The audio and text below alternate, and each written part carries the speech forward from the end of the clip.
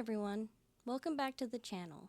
If you enjoyed true crime stories and deep dives into the darkest corners of history, you're in the right place. Before we jump in, don't forget to hit that like button, subscribe if you haven't already, and drop a comment to let me know your thoughts or cases you'd like to see next. It really helps the channel grow and keeps the content coming. Now, let's get into today's story. Born in the bustling city of Leipzig in the late 18th century, Johann Christian Wojciech's early life was marked by tragedy. He lost his mother when he was only 8 years old, and just 5 years later, he became an orphan with the death of his father. Forced to fend for himself from a young age, Wojciech began an apprenticeship with a barber, a modest start for a boy with few prospects. By 1798, restless and eager to see more of the world, he left Leipzig and began traveling, taking odd jobs, and scrapping together a living wherever he could. During these wandering years, Wojciech fathered a son with a woman he never married, a brief connection that did not lead to stability. His life continued to drift, with no clear direction, until he eventually enlisted in the military. Service brought discipline, but not permanence, and by 1818 he had returned to Leipzig, perhaps searching for the familiarity of home and the possibility of a settled life. It was then that he met Johanna Christian Wust, the widow of a respected surgeon in the city. At first, the relationship seemed promising, a union that could offer Wojciech both companionship and respectability. But beneath the surface, tensions brewed. Johanna had a reputation for keeping company with soldiers, entertaining them with a casualness that deeply wounded Wojciech's pride. Her repeated betrayals, whispered about in taverns and street corners, fed his growing resentment. The strain reached its breaking point on June 2, 1821. Consumed by jealousy and humiliation, Wojciech confronted Johanna in a heated exchange that quickly spiraled into violence. In a moment of rage, he drew a blade and stabbed her. Johanna collapsed, her life ending on the spot. Witnesses quickly alerted authorities, and Wojciech was apprehended not far from the scene. There was no attempt to deny what had happened. He admitted his guilt immediately, his confession as swift as the crime itself. What remained to be decided was not whether he had committed the act, but why, and whether his mind was sound enough to bear the full weight of justice. The trial of Johann Christian Wojciech would become one of the most drawn-out legal battles of its time, lasting over 3 years. At the heart of the case was one burning question. Was Wojciech sane when he killed Johanna Christian Wust? His defense attorney pressed for a psychiatric evaluation, and the court turned to one of Leipzig's leading medical minds, Dr. Johann Christian Augustus Clarus. Clarus met with Wojciech personally, observing his behavior and questioning him at length. The murderer spoke of strange sensations, deep melancholy, and episodes where reality seemed to dissolve around him. Today, his symptoms might be recognized as major depressive disorder, schizophrenia, and depersonalization. Yet Clarus was firm in his conclusion. Wojciech understood his actions. He knew right from wrong. In the eyes of the doctor, he was mentally ill, but still legally responsible.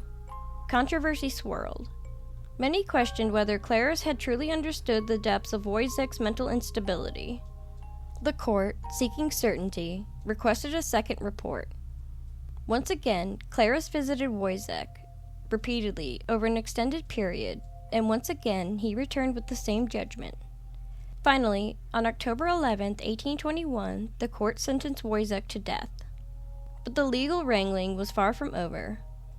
The defense fought back, citing the psychiatric controversy, and appeals dragged the case on for nearly 3 more years. On July 12, 1824, after yet another round of arguments, the sentence was confirmed. On August 27, 1824, the case reached its grim conclusion. Leipzig's market square was filled with onlookers, the first execution the city had seen in 30 years, and the last it would ever witness. Beneath the weight of a silent crowd, Johann Christian Wojciech was led to the scaffold. Moments later, the blade fell, and his head was severed from his body. It was the summer of 1871 in the quiet rural settlement of Thorndale, in Middlesex County, Ontario, a place where neighbors knew each other by name and where violence was almost unheard of. But on the morning of July 15th, the stillness was shattered. According to Phoebe Campbell, the young wife of George Campbell, two men with their faces blackened for disguise burst into their modest log cabin home. She claimed they demanded money, and when George refused, the intruders turned violent. An axe was swung with deadly force, striking George again and again. They had even attempted to fire a gun, but the weapon misfired. By the time it was over, George Campbell lay dead in his own home. The crime horrified the community, and authorities quickly launched an investigation. But the story Phoebe told began to unravel almost immediately. 6 local men were arrested on suspicion of involvement. Among them was Thomas Coyle, George's own farmhand. Whispers of suspicion soon turned toward Phoebe herself. She had been seen speaking with Coyle not long before the murders, and her behavior in the aftermath of the killing struck many as unnervingly cold. During the attack, witnesses noted she had done nothing to save her husband, and at his funeral, her demeanor was said to be strangely devoid of grief. A coroner's autopsy delivered the most damning blow. Evidence suggested that George's murder had not been committed by 2 masked strangers, but by Phoebe and Coyle together. When confronted, Phoebe remained defiant. "I don't care, I'm innocent, and I don't care," she said, before turning the blame on Coyle. Moments later, she shifted again, now accusing her own cousin. The sensational trial began on April 1st, 1872, drawing large crowds to the courtroom. Phoebe shocked spectators by accusing her late husband of infidelity, claiming he had been involved with her cousin's wife. The prosecution countered with a key piece of evidence, a letter in which Phoebe had written, "I never shall say you done any such thing again, if I have to die for it." When asked in the courtroom why she altered her testimony, Phoebe offered an extraordinary explanation. She claimed the ghost of her dead husband had visited her in the night, declaring both her and Coyle innocent. The Crown prosecutor was quick to dismiss this, telling her, "You can't hardly expect anyone to believe such nonsense." And the jury did not. After just 1 hour of deliberation, they returned with a guilty verdict. Phoebe, for the first time, broke down in tears as the judge sentenced her to hang. In the days that followed, she finally confessed. She and Thomas Coyle had planned the murder so they could be together. Coyle would later stand trial for his role, but in a shocking twist, he was acquitted. He soon left Canada behind, moving to England, where he disappeared from public record.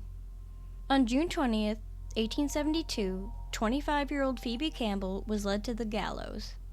Witnesses reported that she stood without visible emotion and had a laced handkerchief clasped in her hand, right up until the moment the trap door fell. On October 8, 1892, the quiet rural community of New Bliss, Ontario, was shattered by a gruesome triple homicide that would haunt the region for decades. Charles Stanford Lucky, recently released from Toronto's Central Prison after serving a year for larceny, arrived back in New Bliss with a troubled past and a bitter history with his father, John Lucky. John lived on a secluded farmhouse just outside town with his second wife, Martha, and their daughter, Mary Ann, known to family and friends as Minnie. The tension between Charles and his father was well known in the community, setting the stage for a tragic confrontation. On that fateful autumn afternoon, shortly after 2 p.m., neighbors noticed thick smoke curling into the sky from the Lucky farmhouse. Alarmed, they rushed to the property, only to find the entire interior consumed by raging flames. Attempts to enter the house for rescue were met with a grim obstacle. Every door and window was firmly locked from the inside, preventing immediate access. After persistent efforts, the neighbors finally forced their way into the burning home. Inside, they made a horrifying discovery. The bodies of John, Martha, and Mary Ann Lucky lay severely burned, so badly charred they were nearly unrecognizable. The farmhouse burned completely to the ground soon after.